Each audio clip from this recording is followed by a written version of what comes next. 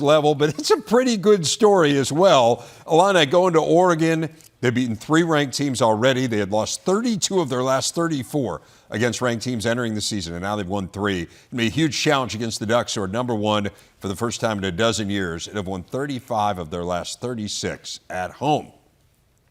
Illinois has 3 wins all time against number 1, but just 1 in the last 60 years. They topped Ohio State 28-21 in Columbus in 2007, a win that propelled them to the Rose Bowl. Juice Williams threw 4 TD passes. Our friend and colleague Jay Lehman led in inspired defensive performances, one of the more memorable games in what was a year of crazy upsets, 2007 in college football. So what would it take for the Illini to pull off a similar shocker on Saturday in Eugene? The good thing for Illinois is that they're really battle-tested. Okay, they've played in a number of big games, high-stakes games, and they've come out on the right side. Of course, the loss to Penn State aside, they are battle-tested. And I think that matters, especially when you're going on the road, because Brett Bielema can look at his locker room and say, guys, you've been here, you've done it, and you've won games. And they can look at him and say, you're absolutely right, coach. But the truth of the matter is, from a talent standpoint, X's and O's, Oregon is the more talented team, the more dynamic team. That's why they're the number 1 team in the country. So if you're Illinois, you need to do something to tilt the odds in your favor. Turnovers is what I'm looking at. When you think about the making of an upset, it's turnovers. The good thing is that's what Illinois does this year. Number 3 in the conference in turnovers, number 1 in forced fumbles.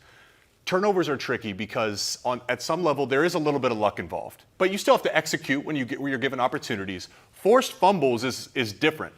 Take that Michigan game last week. There's a peanut punch, which is clear as day. We installed that from Pee Wee football. And then the tackle on Donovan Edwards, which is helmet right on the football, wrap up, the ball comes out.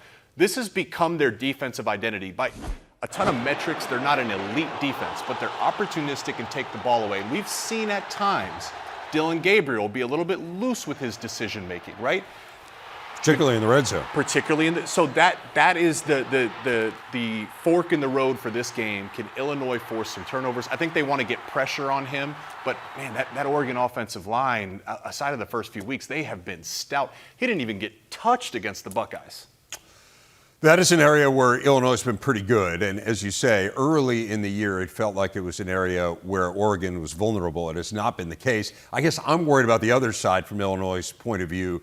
Can you protect Luke Altmaier? I know he's really good with his legs, but they've given up the most tackles for loss of any team in the Big Ten. Brett Bielema has expressed concern over this offensive line at a couple different points this year during press availability. And Oregon, I mean, that defensive line can absolutely get after it. Yeah, and that is an area where it feels like Illinois has got to be at its absolute best, in my mind, to have a chance to win this game. Absolutely. And that's been the storyline, even going back to the offseason, where Altmaier is one of the most sacked quarterbacks in the nation. Yes. Last year, they've improved. Obviously, this is going to be a huge, huge test.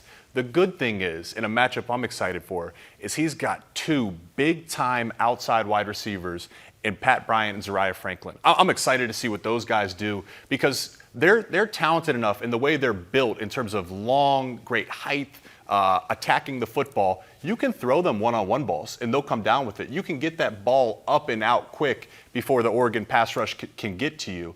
Can you live on that for 60 minutes is the question. But another thing I like about Altmaier is he will rip your heart out in terms of running. Like he's that type of quarterback that's just so frustrating because you can play great defense for 5 seconds and he'll squirm through the protection and run and move the chains. Got to do that. He's going to have to do that a ton of times this game. And again, I'm excited to see the Ducks defense because they've been dynamic this entire year. And when you're playing a quarterback like Altmaier, it's going to be a great test. Altmaier's made really good decisions with the ball this year as well. Last year, he put it in harm's way a lot. Interceptions were a huge problem. Hasn't been the case this year. He's not afraid to use his athleticism. He's a great athlete. Yeah. Tuck the ball away, get some yardage. Illinois' offense hasn't been great. I mean, even in that Michigan game, right? I mean, you're well under 300 yards of offense. Penn State game, 2 of the last 3 games have been under 270 yards. So we'll see if they can get it going in a hostile environment. But again, another fun one. A very intriguing game.